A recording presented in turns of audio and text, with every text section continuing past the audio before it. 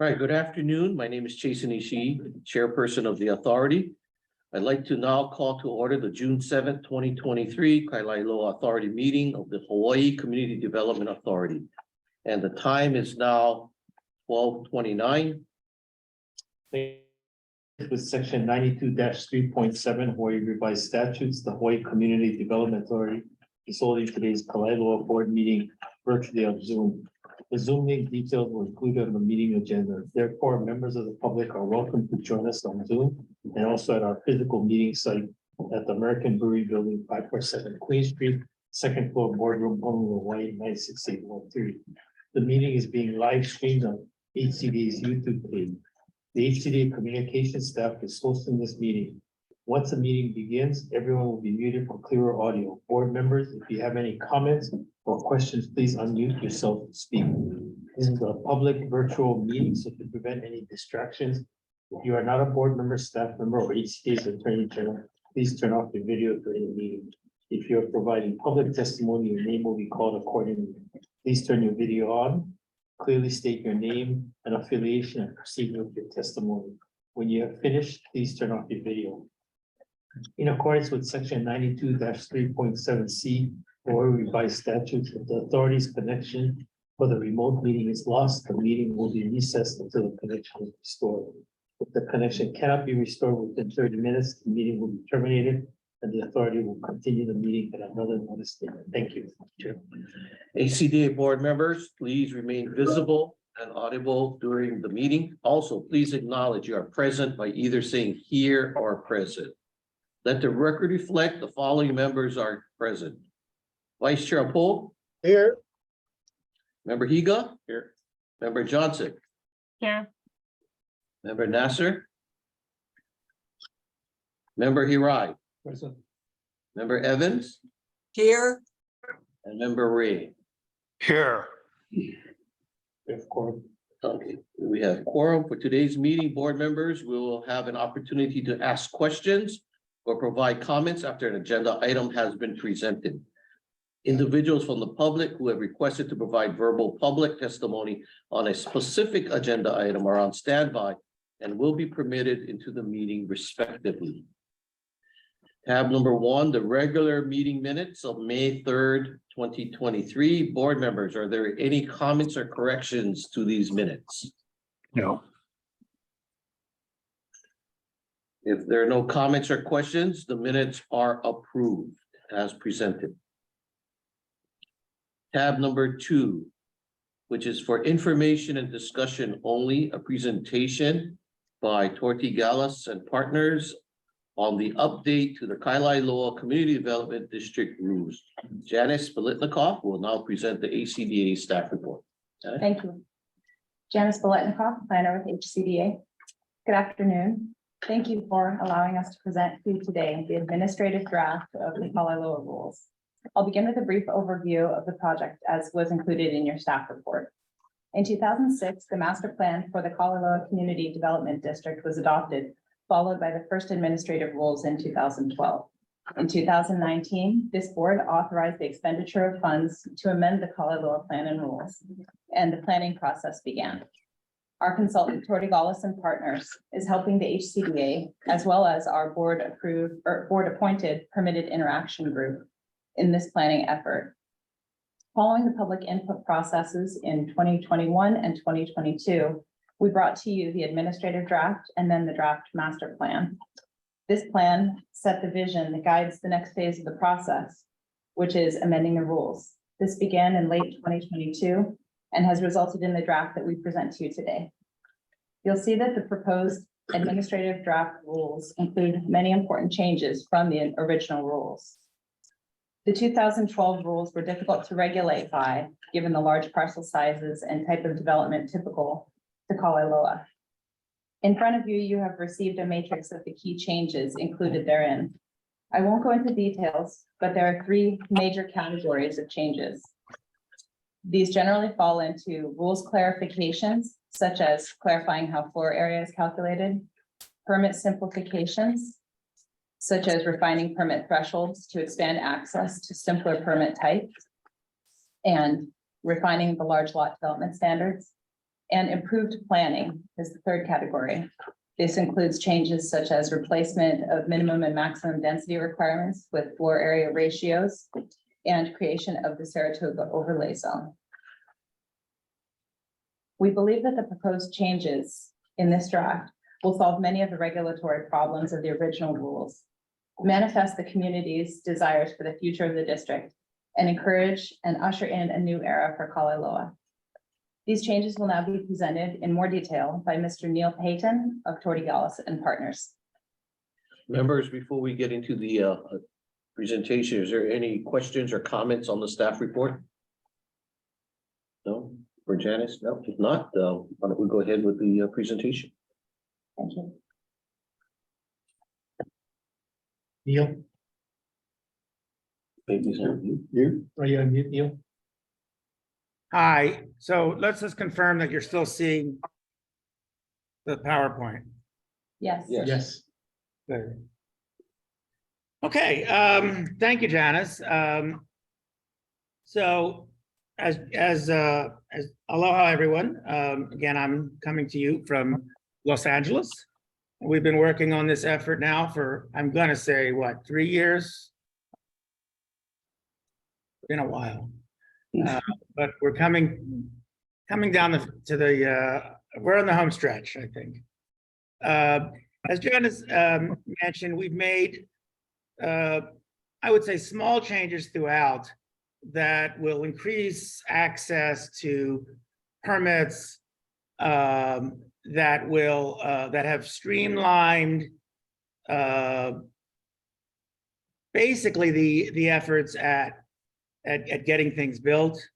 Moreover, I think these changes have implemented the community's vision for development, refined the transect zones and regulating plan, created a new Saratoga overlay zone. And then we've also added the executive director's interpretations that have been made over the years and incorporated those into the standards. And we have augmented some of the definitions where necessary. Let's start with the idea of the transect and the zones that are in the plan and in the regulating rules for Kakaeloa. For those who don't follow planning stuff all over, the idea of this transect, which often thought of as a cross-section through various levels of development that might occur, the industry, so to speak, has adopted these terms. T1 for the most natural zone, to T6, the most urban zone, and then SD for special district. That is kind of a standard, or that everything between T1 and T6 and how they're understood has kind of been adopted by jurisdictions across North America and even in other places in Europe and Australia. I mention all that because we've been asked, why aren't there T1 zones? But it doesn't, I mean, let me just say, it doesn't mean that every zone is present in every place. And so we've been asked, why aren't there T1 zones? Why do you start with T2 in this particular plan? And the reason is simple. We don't have T1 zones. There are no natural zones in Kakaeloa.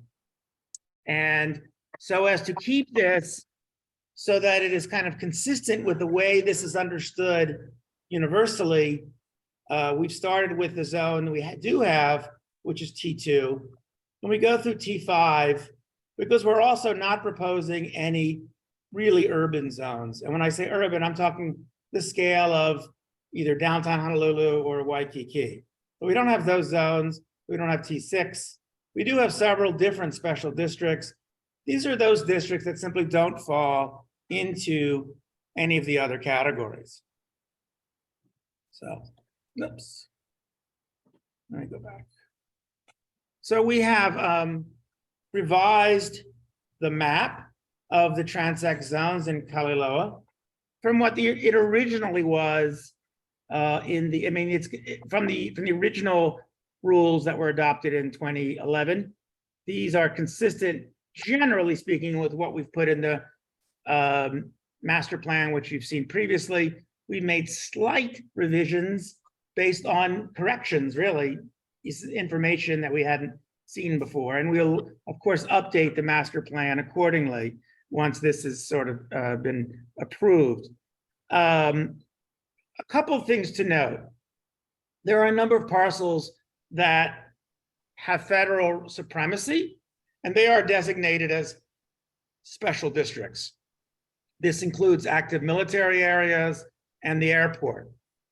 But not all parcels that are controlled by the active military or that have federal supremacy are created as special districts. For example, the military owns a lot of land in Kakaeloa and with varying land conveyance statuses.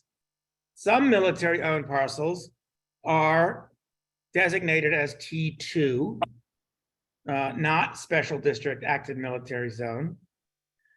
And DHHL parcels are also not designated as special district, even though they enjoy federal supremacy, because we want to provide a development framework that would be compatible with the rest of the district should they ever sell or trade those parcels with another entity. So the designation goes with the land. What we've also done is eliminate what had been called the gateway overlay zone.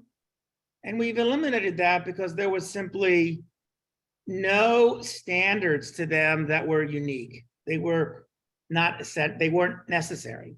They duplicated other aspects. But we have created the Saratoga overlay zone, which you start to see here in a kind of orange stripe along Saratoga. In particular, the Saratoga overlay zones are, as they sound, an overlay. They supplement whatever zone also applies to those parcels. For example, if a parcel is in T5 and has a Saratoga overlay zone to it, it's still T5, just has some additional rules related to Saratoga itself in order to make Saratoga a really vibrant pedestrian-oriented corridor. So it's in a sense saying whatever rules apply to T5, they still apply, but you also have to do some additional things recognizing along Saratoga in order to create that kind of vibrancy and walkability and pedestrian orientation that we're trying to create there. So for example, to give you one example, the build to line for non-residential uses in T4, you might have an area between the build to line and the property line as being landscaped or hardscaped. In T5, all of that land would be hardscaped because you'd want it to be retail. You'd want pedestrians to be able to come up to the retail storefront and the like. So there are also other issues about percentages of a building facade that can be blank or continuously blank along Saratoga that don't necessarily apply to other edges. So we also have the idea of a new Saratoga street type. And again, this is in order to explain possible ways of developing Saratoga, either with a landscaped median with parking in the median, or as a kind of a main street with separated bike lanes. And you see that example here.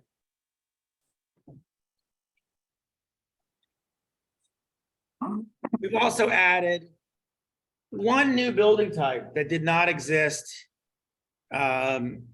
previously, and we've called this the tropical urban court. Now, you might wonder, why was that necessary?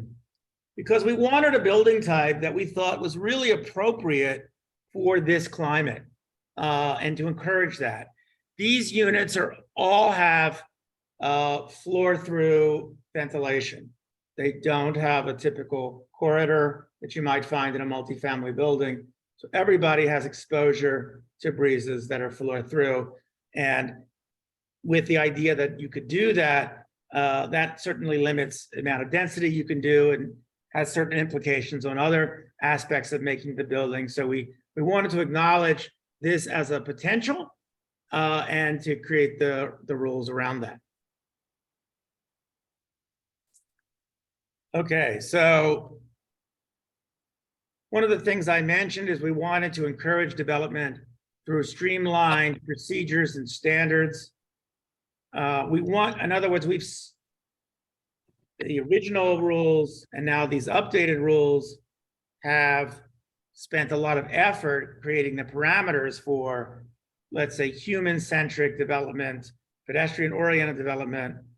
Once that's done, which we think now it's close with your comments, we want to encourage that to happen. And so what we're trying to do is coordinating this effort with other existing local standards, and where possible, consolidating land uses and standards to make it more easily understandable and manageable. So, for example, what we've done is try to coordinate with the City and County of Honolulu standards. Where possible, we've condensed development standards and land use categories, and we've streamlined the permitting process. And for example, with the coordination with City and County, among other things, has to do with the streets,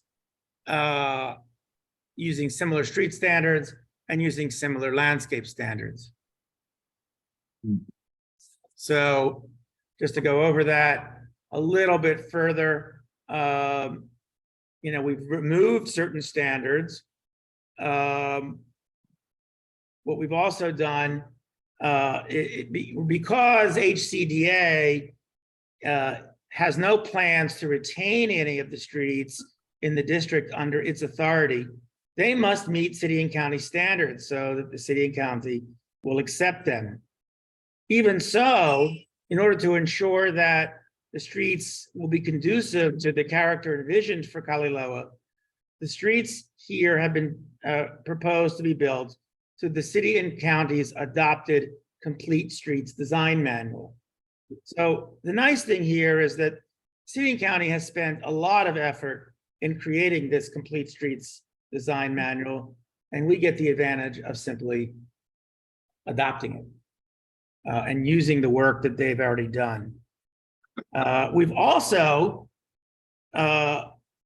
eliminated parking minimums, again, such as been done by the city and county in certain areas. Let me be clear. We're not saying you don't have parking. What we're saying is HCDA, city and county, nobody knows what those parking minimums ought to be. And increasingly, we're seeing municipalities across the country understand that they've overparked their communities, and that doesn't do anyone any good. It's more expensive to build. It creates larger and larger parcels that are simply harder and harder to traverse on foot. And so what we've said is, you know what? Developer person, you figure out how much parking you need and you build accordingly. And again, this is consistent with what the city and county has already done in certain other areas. We've also adopted, or I should say,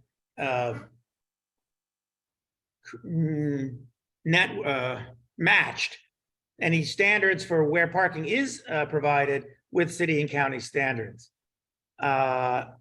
We've also, in terms of green building, eliminated the lead rating system as the arbiter of what a green building is.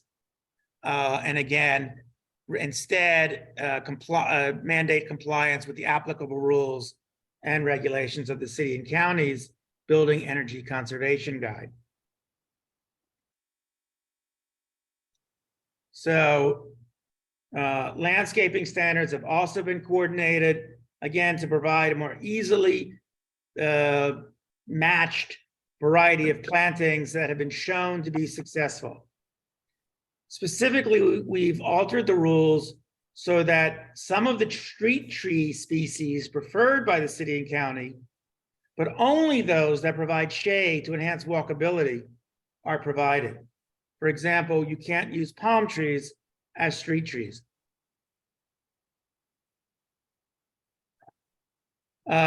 This is a big list. I'm not going to go through it, don't worry. But we still have a very large palette. And what we've done is made sure that the palette is sufficient to cover alternatives, because what we found, what developers have found, is sometimes a street or a tree is desirable, preferred, but is simply unavailable at local nurseries. So we're making sure that there's flexibility to provide alternatives when certain species are out of stock, and that there is a proven track record of being working in City and County of Honolulu. These are the current development standards. And what you're looking at here is actually only part of a larger chart. They are difficult to read, difficult to understand. And so what we've done is we've consolidated those. We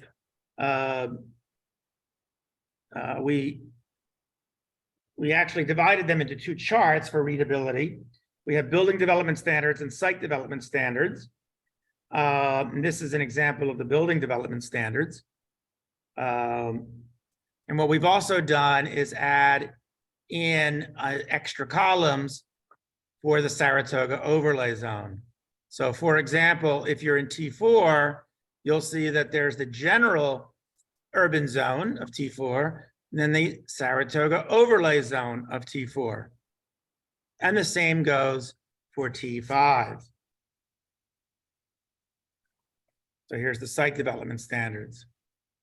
And then we've also consolidated land use categories because, you know, retail goods and services, we don't have to spell out every possible retail good and service. You know, we don't have to distinguish between, let's say, barbershops from hair salons to nail salons. You know, it can all be kind of in one category. So we think that's also very helpful. And again, a lot of this has to do with just the readability and the ease of use. Because when you're trying to develop a site, it can be unbelievably difficult to find all the stuff you need to find. And there's always this fear that you're missing something buried somewhere else. And I say that as someone who's used a lot of zoning ordinances around the country. So again, trying to make that as easy to use as possible. We've also restructured the permit procedures. And this is a very important part. This comes from 12 years of experience of previous planning staff and executive directors implementing the code and identifying fixes and sections that simply didn't work. They are well-vetted changes from their real-life application. The existing rules have a rules clearance procedure, but it's so limited that it's hardly ever used. It's now been expanded so that simple alterations or improvements do not need to go through an improvement of development permit. There's also a new temporary use permit in lieu of the existing conditional use or vacant land permit to better align with this temporary use permit type in other HCDA jurisdictions And therefore, it's easier for HCDA staff, which, by the way, is not an insignificant issue. Because you do, and I can tell you, again, working with lots of jurisdictions, when the different parts of the zoning ordinance are totally different, it's, your brain explodes. So what we've also done is change the improvement and development permits thresholds, so that the designer advisory board shall be convened by the executive director unless waived. So there are new type of permit ranges, and these permit ranges vary according to the transect zones a parcel might be in. And that's just a function of the design, let me say, criticality. So for example, in T5 urban zone, the most urban area, you'll find that anything above 2 acres requires a major variance, but below 2 acres might be a minor variance. Whereas in the T2 zone, those thresholds go to 20 acres, and there's everything in between. Again, this recognizes substantial differences in, let me say, design performance between those areas. We've also revised the automatic approval times for various applications, and this reflects how long it actually takes the staff to review it. We've added an effective period for permit types to run with the land, and this is something that's been brought up by applicants in the past. We've also changed a few shells to mays. We've restructured the fee schedule. So here it is. And then we've incorporated executive director interpretations throughout. And again, this is just an update of the rules. It basically incorporates past executive director interpretations, and it just basically brings them into the rules.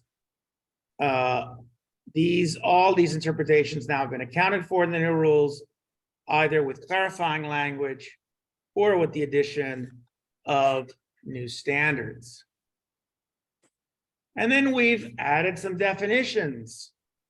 We've added the definition of camping and controlled access.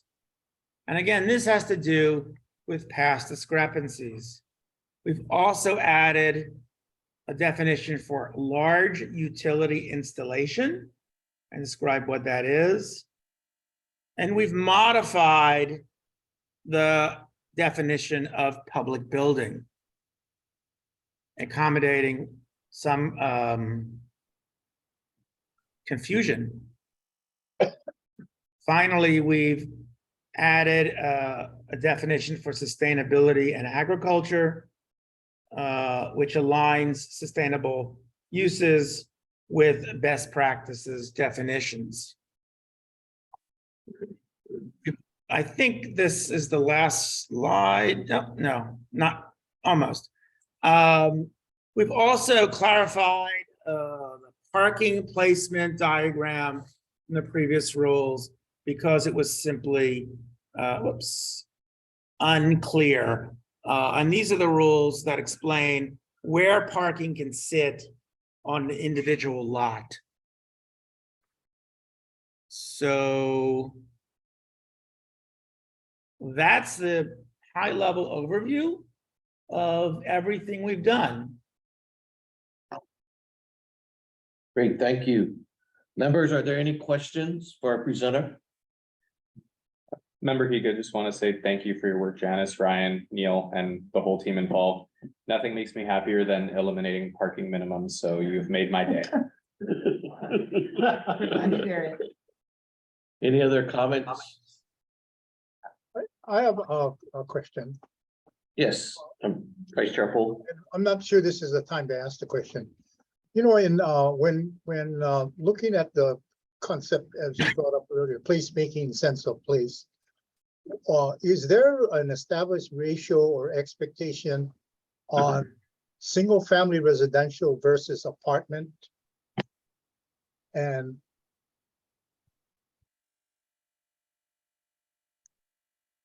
I asked the question because single-family residential creates a whole different kind of feeling to a community and to a neighborhood. Apartments is again, and they both demand very different, how should I say, amenities to support those, you know, the difference between the two configurations and how humans are clustered. Thank you for that question. Neil will probably have the most context to offer in this response, but I would mention that in our public scoping process, that was one element of placemaking that the public had not identified as something that they would like to see more of or less of, or identified a mix that would be ideal. But you're right, that is an important element of placemaking because density matters. Neil, could you add something to that regarding like the national context of any threshold you might know of? Well, lots of people have thresholds, and they're always quantitative, and they make no sense when they're quantitative.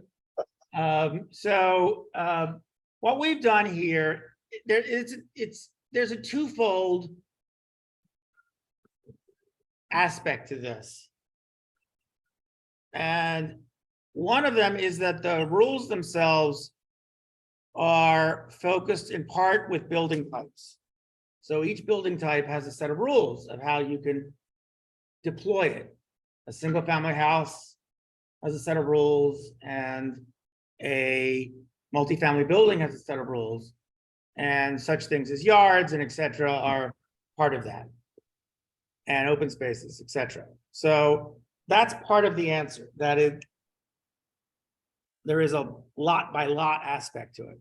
But there's also the aspect of, let me say, public spaces where they come together. And the master plan itself designates places for larger public gathering spaces. Moreover, the Saratoga overlay zone is really premised on the idea that Saratoga is a kind of place in itself. It's not merely a street, it's actually a place that cars are also on. So those are, in a sense, we're looking at it at a master plan level, but also at a rules level relative to the performance of individual buildings on their sites. There's a third aspect to this, which is not easily covered in rules, and that's where the HCDA comes into play. Because ultimately they are the steward, you, the HCDA, are the stewards of this property, of these rules, of this plan, and of this land. And so as projects come in for development, and let's say the master plan shows a public space here, and they say, well, you know, we don't want to do a public space there or whatever. The ACDA is going to have to be the judge in figuring out how to accomplish the spirit of that, even if the actual plan that is submitted by an individual developer differs from what was in the, let's say, the master plan. So it's not a simple answer to your question, and I'm sorry that is the case, but again, I want to emphasize it's individual building types, it's the master plan at a combined level, and it's the stewardship at the HCDA. I think you've answered my question. The answer is with HCDA, yes? Well, that certainly is the case. Yeah, I mean, absolutely. Yeah. Thank you. Right. Any other questions from the board? Yeah, Over here, right? yeah, I kind of feel like obligated to ask this question. When, when you're tying into the city codes and things like that, rules, what happens, how do we address when the city changes their rules? I mean, because I think when we were doing, when HFDC was doing Kapolei, right, they'd say, oh, yeah, the roads were done, which is an issue because we're trying to get the city, HFDC is trying to get the city to accept the roads for decades. They were built to a standard 20 years ago, stuff like that. So, if we're trying to follow the city rules, are we going to try and dedicate stuff as we go? Or, how are we going to account for, or are we going to account for the city changing their rules and building codes changing and stuff like that? It's a really good question, and I'm sure that several of us will want to jump in about this one, but I'll just take the first crack at it. So first, yes, as we go, our hope is that streets will be dedicated as they're developed, just in that sequence. But HCDA is working with the city right now because your question raises an important issue, and that is that sometimes certain entities within the city don't accept complete streets. But to us and to the Complete Streets group within the city, of course, Complete Streets is the ideal for manifesting the vision that's been laid out by the community. And so how do you deal with that kind of misfit in some cases? So we are working with DTS and what is the other entity? And DPP to find out where the happy medium will be in us directing our clients when they develop neighborhoods as to which streets are the most likely to be accepted and incorporating as many elements of the Complete Streets as possible. Ryan, you may want to add to this, especially because we're in the middle of the process with the city right now. Yeah, I mean, just in terms of the language, actually in the rules, I think we did try to draft language that is encompassing and, as the city's rules get amended, our rules, follow with that. Getting stuff dedicated as you go. Yeah. That's important. Before we go further, Mary Alice Evans had to leave, so let the record reflect, she left at 1 p.m. Anyone else has any board members, has any other questions? If not, we can go to public testimony. We have some public testimony. Moleka Hicks. Aloha. Aloha. Aloha nui.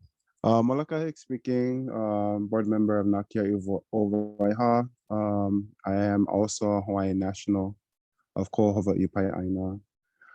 I just had a question in regards to, I know the zoning codes for the zoning and land use for the Kakaeloa area. Did I hear correctly? None of them fit the category of natural zone. And if you can confirm that, can we go into depth the meaning of natural zone? Mahalo. We'll allow Neil Payton to take that question. It's a matter of how form-based code and that paradigm defines the T1 zone. Yeah, generally, natural zones are those zones that have not been ever been disturbed or are in a position to be remade back into what they would have been naturally. So this was, generally speaking, a naval air station. It has been pretty well messed with in some way or another. So there are we don't believe there are any truly natural zones here. But let me say that T2 is still a pretty low development area. We believe that areas that would generally have tourism related things would be in T2 and things like that. So that's what we mean.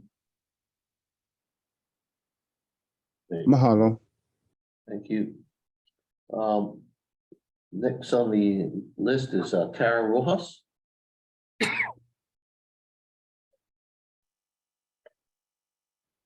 Ms. Ross? Ms. Rojas. Yes, okay.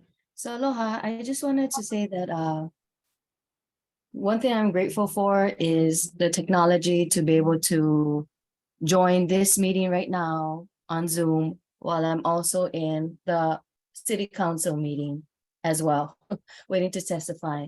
And just hearing, what was presented right now about this master plan and the stewardship, and just hearing the response to the what is a T1, the natural zone, and the response about that it is very low, and they're usually, like the tourism, the response that was just given basically. And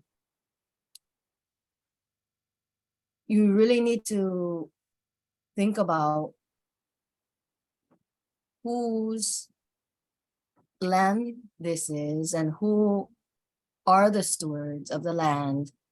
And I want to say again that we, as you're talking about these developments and the developing communities and natural zone, we were in yesterday, the Navy Town Hall. And I just, my quick point is, and question to y'all is, were any of you there at the Navy, actually the Navy open house yesterday, as well as the Red Fuel Advisory? Do you have this in mind from this point, the current point, to the future? Do you have in mind right now that as you're planning these communities and developments, the situation with the water, that there's still fuel above our aquifer? And it really is hitting home the point right now. As where we live, it's being worked on the sewer. And so until you are in your own home, and you actually have to leave your own home because there is zero water, you cannot touch the faucets, you can't use any, features, the toilet or anything, because they're working on the sewer system. So water and sewer system, as you're thinking about these development master plans, are you thinking about this with the water crisis in mind? Thank you for your testimony. And if there's an answer. As for myself, I did not attend the Navy open house. I don't know if any other staff members here did. We did not, but thank you for bringing it to our attention, Ms. Ross. All right, thank you. Is there anyone else on the public? Any on the public testimony at this point? No. Not members, do you have any questions or comments?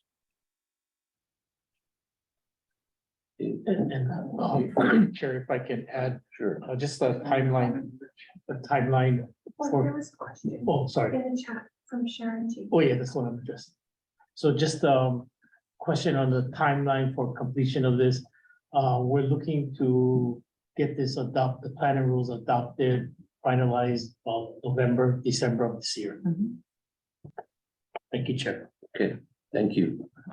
All right, no other comments or questions. Let's go to item number 3. Chair, Oh, yes. I would just like to jump back to the last slide in Mr. Payton's presentation. Sure. Quickly. That identifies the next steps for the process. Neil, could you please pull that up? I will try to. This is always the part that gets Okay, me. while he's doing that, I'll get started with it.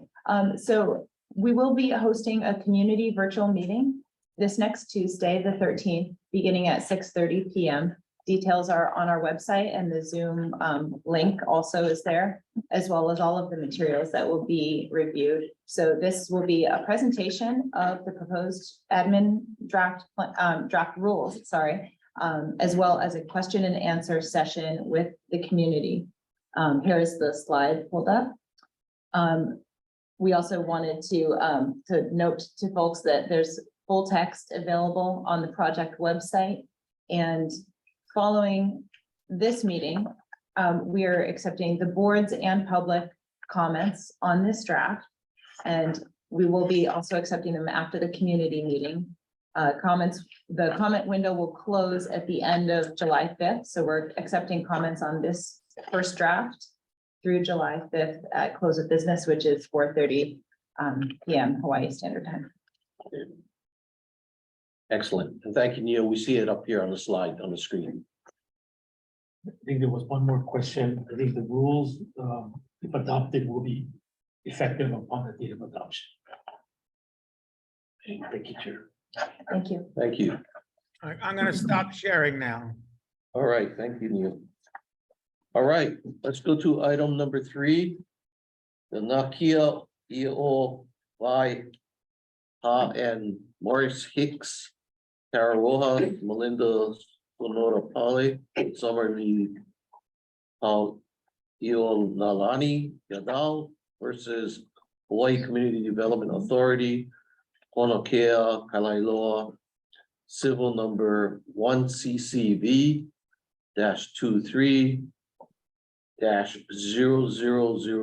-0000517, litigation status update. Excuse me for 1 second. I'm just going to sign off. I just wanted to say thank you. I don't think Thank I'm, you. Thank you. bye-bye. Miss Melanie Prescott Tate and Andrew Kim, Deputy Attorney Generals, will provide the update in an executive session. Is there a motion for the authority to convene in an executive session pursuant to HRS 92-5A4 to consult with the board's attorney on the questions and issues pertaining to the board's powers, duties, privileges, immunities, and liabilities? Member Higa so moves. Do I have a second? Member Higa move. Do I have a second? second, It's second by member Ray. All in favor, say aye. Aye. Any opposed? Motion passes unanimously. I would request that we are joined in the executive session by Executive Director Craig Nakamoto, Asset Manager Lindsay Doy Lieberton, Deputy Attorney Generals Andrew Kim and Delaney Prescott Tate, and ACDA staff Tomlin Sawyers and Francine Murray. We estimate the executive session will last approximately 15 minutes. And the time is, Chair, I would Sorry. also add to include Brian Tam and Janice Political in the executive session. okay, we also would like to request adding Janice Bolitnikoff and Brian, Ryan Tam. There's a question. There's Oh, a sorry. question. yes. Sorry, question. From, Oh, do we have a question from Tara Ross? I just have my hand up. Or is there gonna be a opportunity to give testimony on this particular item? Yes, after we get out of After- the executive session, there will be opportunity for public testimony. Okay, Yes. I was just Yes. raising my hand because they said in a chat if you wanted to publicly testify to either in the chat or raise your hand. So I just had my hand raised for that moment. Mahalo. Okay. Okay, thank you. So, and the time is now 1:18. Thank you. We'll go into executive session.